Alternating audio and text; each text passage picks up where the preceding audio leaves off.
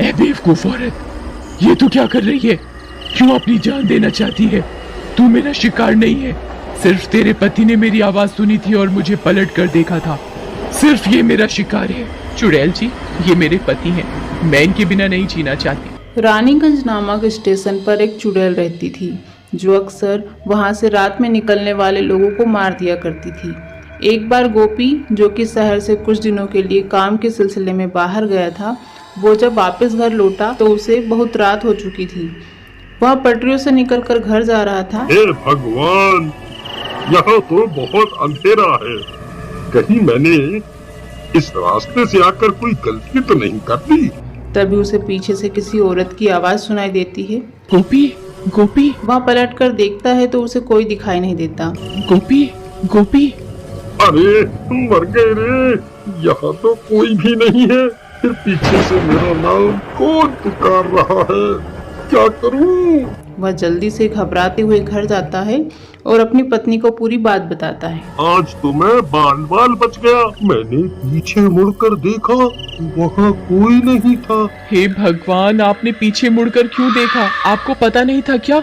सब गांव वालों का कहना है कि अगर कोई औरत पटरियों पर तुम्हें पुकारे तो पीछे मुड़कर नहीं देखना, नहीं तो वो औरत तुम्हारे साथ तुम्हारे घर आ जाएगी। ये तुम क्या बोल रही हो सीमा?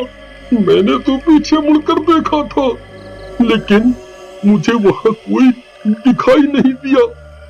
अब क्या होगा? तभी उसके घर का दरवाजा कोई जोर जोर से ठोकने लगता है। ये इतनी रात गई, कौन आ गया? अरे कहीं वो चुड़ैल तो नहीं आ गई? फिर सीमा दरवाजा खोलने जाती है, लेकिन वहाँ पर कोई नहीं होता है।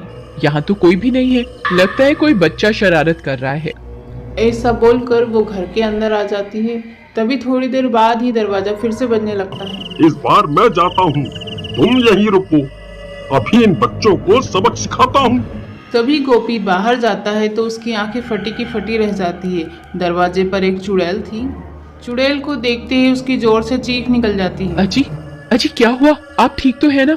तभी सीमा बाहर जाकर देखती है तो उसे गोपी दिखाई नहीं देता है। हे भगवान, ये कहाँ चले गए? तभी एक गांव वाला उसके पास आता है। अरे सीमा बहन, अनर्थ हो गया। तुम्हारे घर एक औरत सफेद साड़ी में आई और गोपी भाई को घसीटते हुए अपने साथ पटरियों की तरफ ले गई। वही चुड़ैल थी जिसे लोगों ने अक्सर पटरियों पर चलते हुए देखा है।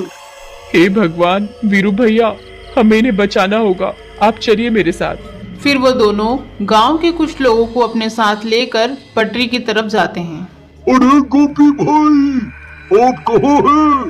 गोपी भैया, क्या आप मुझे सुन सकते हैं? तभी उन्हें गोपी की आवाज सुनाई देती है। भाइयों, मैं यहाँ हूँ, इधर देखो आगे की तरफ। तभी वो लोग गोपी की आवाज की तरफ जाते हैं। वहां जाकर देखते हैं तो गोपी पूरा जमीन में अंदर दबा हुआ था, केवल उसका सिर ही बाहर था। अरे गोपी भाई, ये आपको किसने जमीन के अंदर गाड़ दिया? उस चुड़ैल ने मेरी ये हालत कर दी है।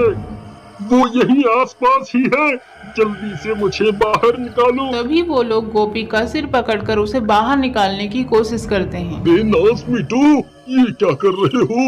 मेरी गर्दन धड़ से अलग करना चाहते हो क्या? वो चुड़ैल उनके सामने आ जाती है। अरे भागो रे, ये चुड़ैल अब हमें नहीं छोड़ेगी। भागो। उसी पटरी पर ट्रेन के आने की आवाजें आने लगती है। गांव वाले सभी वहां से भाग जाते हैं, लेकिन सीमा अपने पति को छोड़कर वहां से नहीं जाती है। नहीं नहीं, मैं इन्हें अकेला छोड़कर कहीं नहीं जाऊंगी। अब कोई फायदा नहीं है सीमा, ट्रेन बहुत नजदीक आ गई है। अब मैं नहीं बचूंगा। तुम यहाँ से चली जाओ, चली जाओ। नहीं नहीं जी, मैं आपको छोड़कर कहीं नहीं जाऊंगी। अगर मरना ही है तो साथ में मरेंगे। इतना बोलकर ही सीमा गोपी के पास ही पटरी पर लेट जाती है। नहीं सीमा, ये तुम क्या कर रही हो? देखो देखो, ट्रेन आ रही है, तुम यहाँ से हट जाओ। तभी चुड़ैल बोलती है। ए बेवकूफ औरत, ये तू क्या कर रही है? क्यों अपनी जान देना चाहती है? तू मेरा शिकार नहीं है। सिर्फ तेरे पति ने मेरी आवाज सुनी थी और मुझे पलट कर देखा था। सिर्फ ये मेरा शिकार है। चुड़ैल जी, ये मेरे पति हैं। मैं इनके बिना नहीं जीना चाहती। सीमा का इतना प्यार देखकर चुड़ैल का मन बदल जाता है और उसे भी अपने गृहस्थ जीवन की याद आ जाती है, इसलिए वहाँ अपने जादू से ट्रेन को वहीं पर रोक देती है। अरे वाह वाह वाह वाह, सीमा ट्रेन रुक गई, हम तो बच गए। तुम दोनों जा सकते हो, मैं तुम्हारी जान नहीं ले सकती।